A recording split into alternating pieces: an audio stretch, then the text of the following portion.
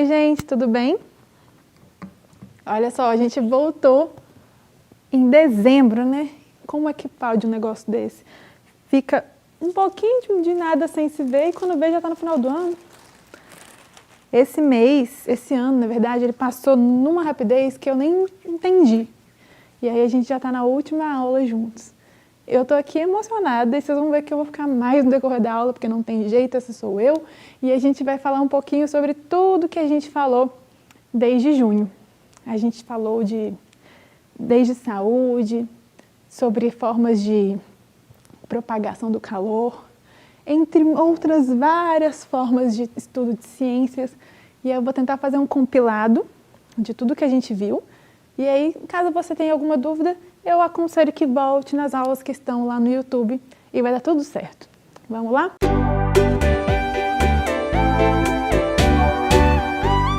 Eu fiz uma linha do tempo para a gente ver, de uma forma muito resumida, tudo que eu passei. Então, em junho a gente falou dos reinos, dos seres vivos. Em julho a gente foi para soro e vacina. Eu contei a história de como a vacina e o soro foram introduzidos no Brasil. Em agosto a gente falou de calor e equilíbrio termodinâmico. Setembro, máquinas térmicas e combustíveis fósseis, né? Outubro não teve aula, foi feriado.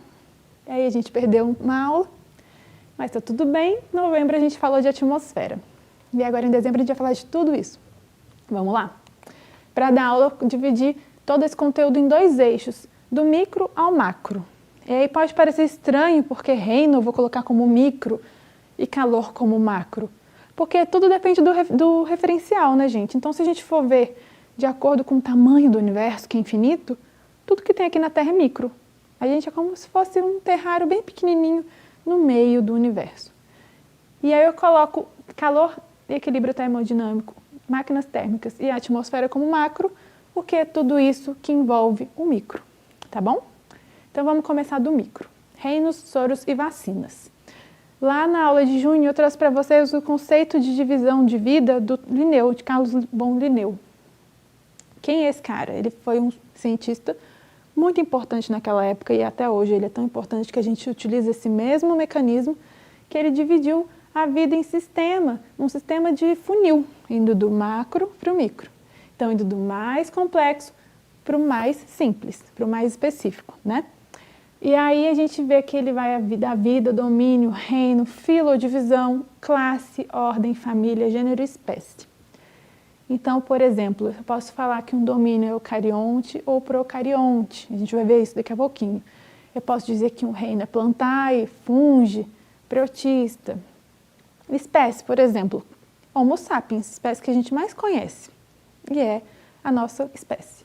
E aí, nessa divisão complexa aí, que ele tentou simplificar, a gente entrou na aula de junho no estudo dos reinos. Então, a gente só estudou os seres vivos. E a gente viu que existem 5 principais reinos. Reino plantae, animalia, fungi, protista e monera. E quais são os representantes principais desses reinos? No reino plantae a gente tem todos os vegetais, né? Todos os seres que fazem fotossíntese e vivem sobre o solo ou então sobre a água, e tem algumas plantas aquáticas, né? E aí você acha que entra as algas nesse caso, já que elas fazem fotossíntese?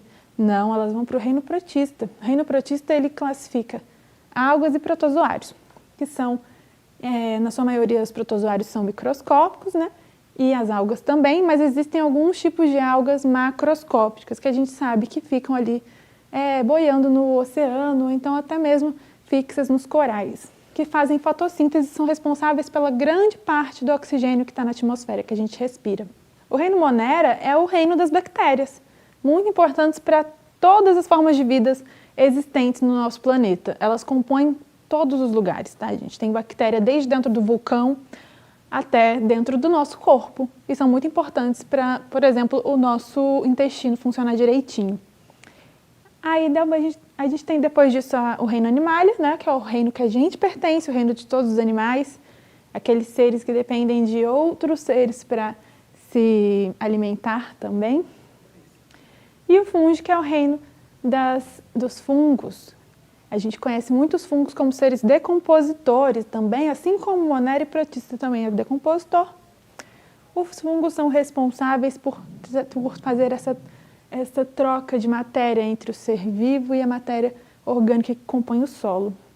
São importantíssimos também para a fabricação de antibióticos, para a fermentação de pães, eles são muito usados como fermentos biológicos. Então, todos esses seres vivos que a gente viu classificados em 5 reinos têm sua função no ecossistema, né, no planeta. E aí essa divisão foi feita de acordo com suas características principais. E aí lembra que eu falei que a gente vai classificar a vida como procarionte e eucarionte, a célula, né?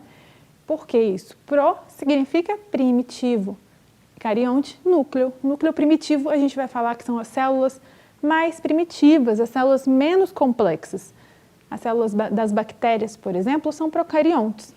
Então a gente tem uma teoria de que o desenvolvimento da vida no planeta Terra, ele começou a partir de células procariontes e depois, com muita evolução, com muita mutação, desenvolveu-se a membrana nuclear, que fez que as células eucariontes viessem a formar vidas. Eu significa verdadeiro, carionte, núcleo, né? Como a gente acabou de ver.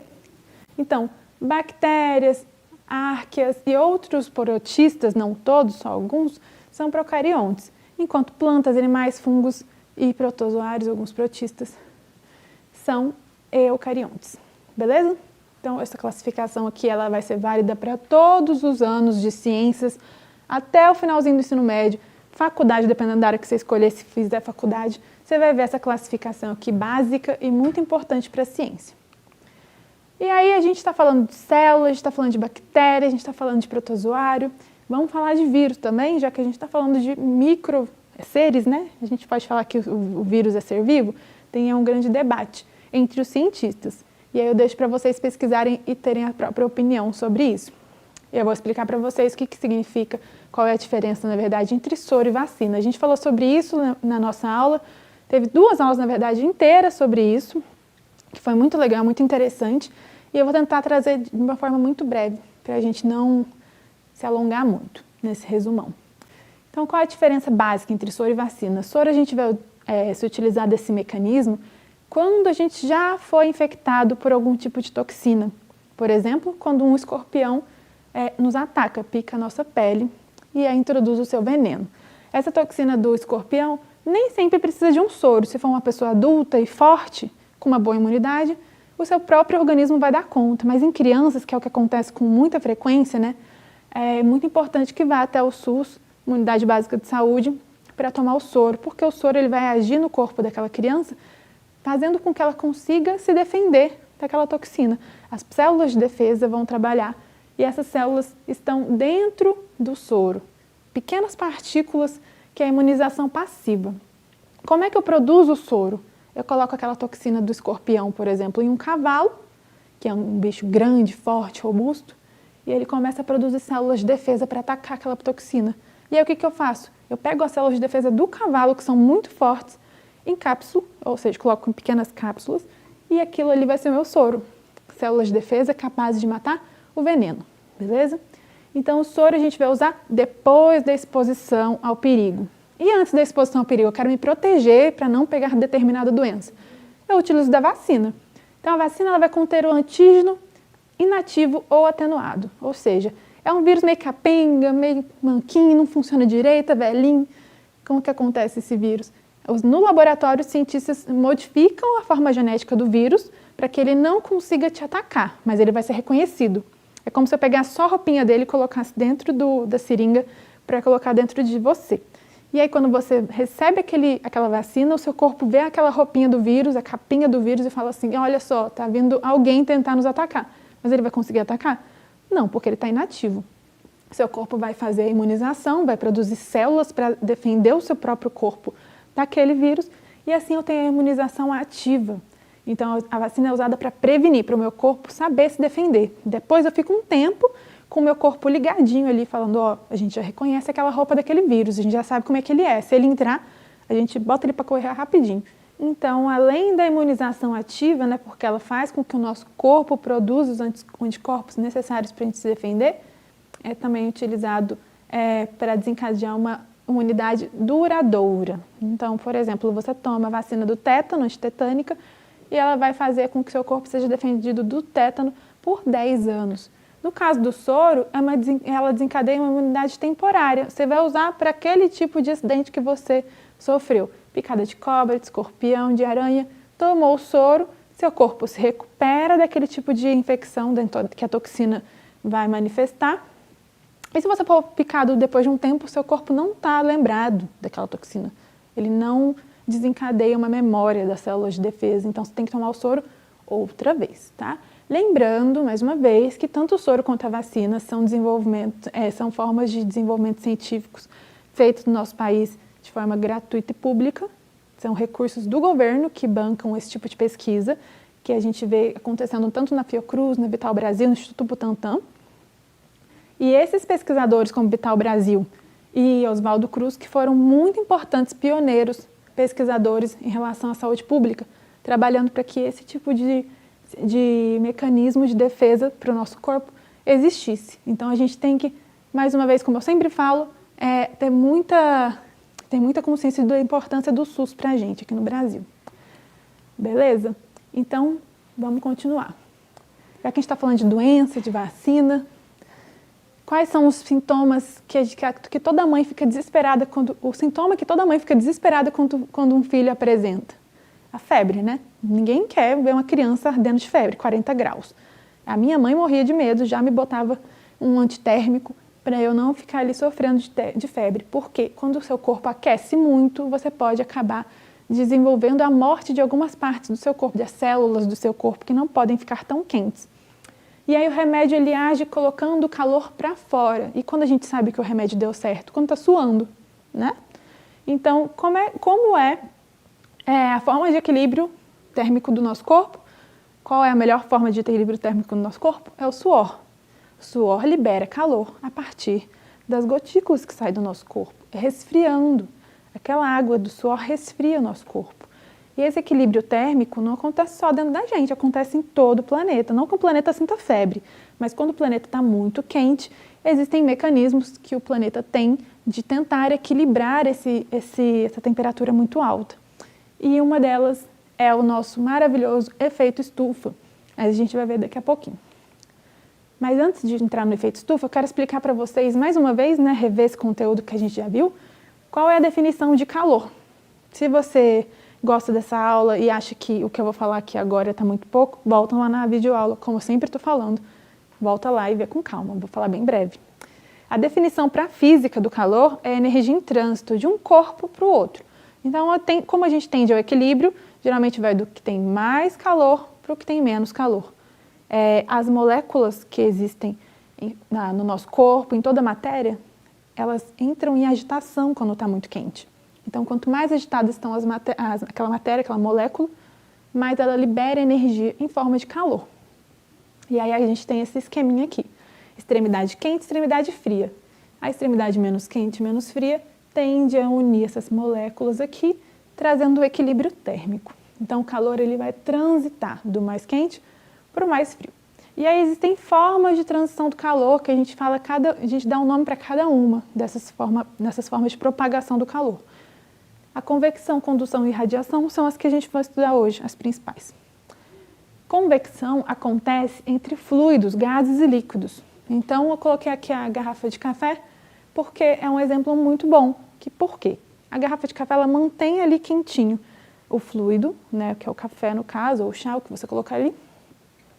E acontecem ondas circulares que faz com que as extremidades mais frias recebam calor da mais quente, que vai ser um pouquinho refrigerada pelo frio, e ali fica uma temperatura média. A gente sabe que se deixar um dia inteiro ali, o café esfria, mesmo que seja uma garrafa térmica maravilhosa, porque o calor não vai ficar contido aqui para sempre. Essa movimentação da convecção, ela vai fazendo com que o líquido entre em equilíbrio. Acontece também na nossa geladeira, que o freezer fica em cima e a geladeira embaixo, geralmente, né? Tem uns modelos que é diferente, mas no geral é assim, porque o ar frio ele é mais pesado que o ar quente, então ele desce resfriando o ar quente que sobe, porque é mais leve o ar quente, vai ser resfriado pelos freezer. Então esse movimento dos gases que acontece na geladeira é um movimento de convecção. Lembrando que convecção só acontece entre gases e líquidos. Nos sólidos, então, a gente vai falar que acontece a condução. A condução ela é muito bem representada em objetos metálicos, porque eles são bons condutores de energia. Então, se eu estou fazendo aqui um ovo frito na minha frigideira, e a minha frigideira não é aquela que tem o cabo de madeira, ela tem um cabo de metal, eu não vou botar a mão no metal direto, eu vou pegar um pano e vou enrolar ali para não queimar minha mão. Por quê? Porque o fogo que aquece a minha frigideira, ele vai aquecer a base dela e esse calor vai ser conduzido até as extremidades. Então, tudo que estava frio vai se aquecer muito rápido. Essa que é a condução, acontecendo entre sólidos. E a radiação? A radiação, ela acontece em todos os corpos. O meu corpo, o seu corpo, a televisão, a lâmpada, o sol, tudo isso radia calor. Então, se eu estou com febre, às vezes a gente está tão quente que a pessoa não precisa nem tocar, a gente já sente. Sabe aquele termômetro que o pessoal está usando nos mercados para aferir a temperatura? O pessoal vê do pulso, da testa. Inclusive, é muito mais eficiente na testa do que no pulso. Quando a gente chega pertinho, ele nem precisa encostar o termômetro, porque o calor está sendo irradiado pelo seu corpo. As moléculas de ar em volta de você começam a se agitar por causa da sua temperatura que está sendo botada para fora todo o tempo. O Sol aquece o nosso planeta dessa forma. A luz do Sol, todas as combustões que acontecem ali, elas são radiadas, o calor sai do Sol e é radiado por todo o universo até chegar no nosso planeta, deixando a gente bem quentinho. E aqui está sendo exemplificado pela fogueira, né?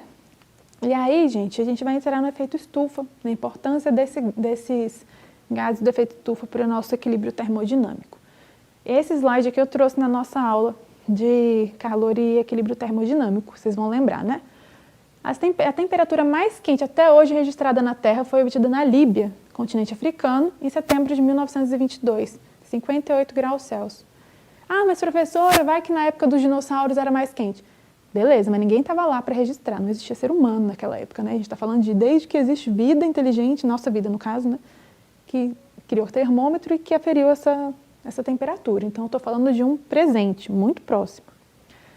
E a temperatura mais fria até hoje registrada na Terra foi obtida pela sonda Vostok, em julho de 1983, no continente antártico, a menos 88 graus Celsius. Existe vida nessa temperatura? Existe, pode ter certeza que tem bactéria que está vivendo ali.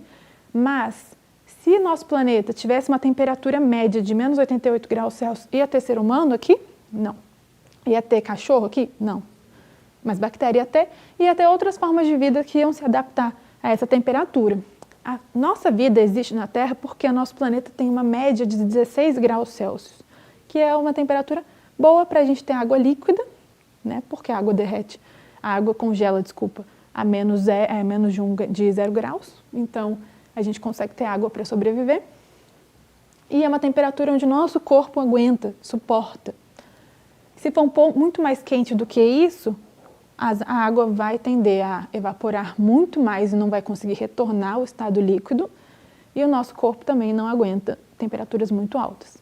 Então, a temperatura que existe é o que faz com que a gente consiga viver aqui. Tá? O nosso planeta permitiu com que a nossa espécie se desenvolvesse. Se o planeta passar por uma crise, uma era do gelo, como já aconteceu, a espécie humana vai ser dizimada, não vai existir extinção e outras espécies vão vir a partir daí. Porque o planeta é a única coisa eterna. Nós todos aqui, eterna sim, até onde a gente conhece, né? Nós todos aqui vamos embora. E aí aqui que vem o efeito estufa. Por que o planeta mantém essa temperatura média de 16 graus Celsius? Porque existe um cobertor de ar que está envolvendo o planeta, formado pela camada de ozônio. A camada de ozônio vai fazer com que todas as incidências de radiação solar que entram na Terra fique um pouquinho mais do que saia. Como assim, professora? Se entra 3 raios solares, fica 2, sai 1. É assim igual a imagem está mostrando para vocês. Então, ela tem como se fossem pequenos poros. Então, só sai alguns tipos de radiação. Outras ficam aqui contidas, retidinhas aqui, para deixar a gente quente o suficiente. E aí, quando a gente fala que a gente está rompendo a camada de ozônio, fazendo pequenos buracos, né, grandes, na verdade, buracos na camada de ozônio, a gente está fazendo com que essa temperatura não fique tão equilibrada quanto sempre esteve nos últimos anos. Vai sair muito mais radiação do que ficar, mas ao mesmo tempo vai entrar muito mais radiação. Então vai aquecer o nosso planeta, muito mais do que ele seria quente, e vai liberar muito mais do que ele deveria liberar. Então, lugares muito frios ficam muito mais frios e lugares muito quentes ficam muito mais quentes.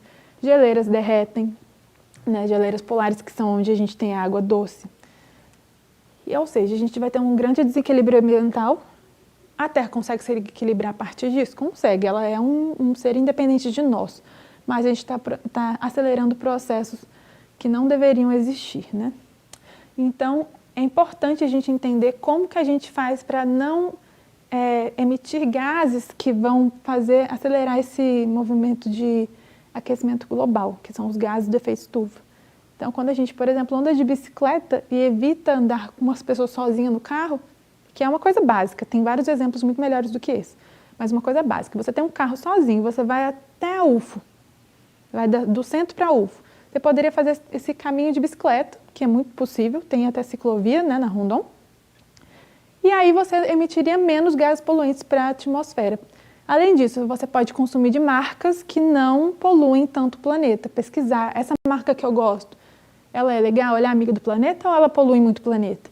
Esse tipo de atitude, entre outras, eleger políticos que sejam também comprometidos com essas causas, também tudo isso vai fazer com que a gente tenha atitudes que acelerem menos, né, ou seja, desacelere esse processo de aquecimento global. Mas a gente falou muito disso nas aulas, está com curiosidade, volta lá, ou então me escreve, e a gente conversa, e eu gosto muito de falar sobre isso.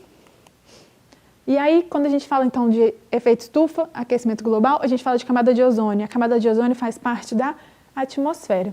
Ela é uma das camadas da atmosfera. Ela está na estratosfera, na verdade. Mas vamos ver quais são essas camadas. A última aula eu mostrei para vocês com muita calma todas as camadas, as 5 camadas, falei exemplos e aqui a gente vai relembrar um pouquinho. A troposfera é a camada onde a gente está, onde a gente respira, onde tem muita demanda de oxigênio suficiente para a gente conseguir viver, e é onde também formam-se as nuvens, porque tem muito vapor de água, reage a água com a temperatura, vai fazer com que o ciclo da água aconteça aqui de uma forma muito mais dinâmica. Aqui na estratosfera não vou ter oxigênio suficiente para respirar, eu tenho muito gás ozônio, por isso que eu formo a camada de ozônio. E é onde sobrevoam os jatinhos, né, os aviões que voam muito mais rápido e querem desviar das turbulências causadas pelas nuvens, eles vão para a estratosfera. A mesosfera, que é a camada do meio da atmosfera, é a camada mais fria, é onde acontecem as auroras boreal e aural, onde os astros que caem, né, as estrelas cadentes, elas entram em combustão, então é por isso que a gente vê as estrelas cadentes nessa camada. A termosfera é a camada mais quente da atmosfera e é onde estão os satélites sobrevoando a nossa estação espacial. E a exosfera é a camada de divisão entre o final do nosso planeta e o universo. E ela tem muita riqueza de hidrogênio, por exemplo, é uma camada fria. E assim a gente tem as camadas de gases que protegem a nossa Terra, que envolvem a nossa Terra. Essas camadas e toda a questão também da parte eletromagnética, né, da Terra, que faz com que a gente seja protegido num lugar que tem pouca colisão de astros. A gente tem muita sorte, porque tem planeta que leva astro em cima de astro, né, meteoro, cometa, e a gente está aqui bem protegidinho.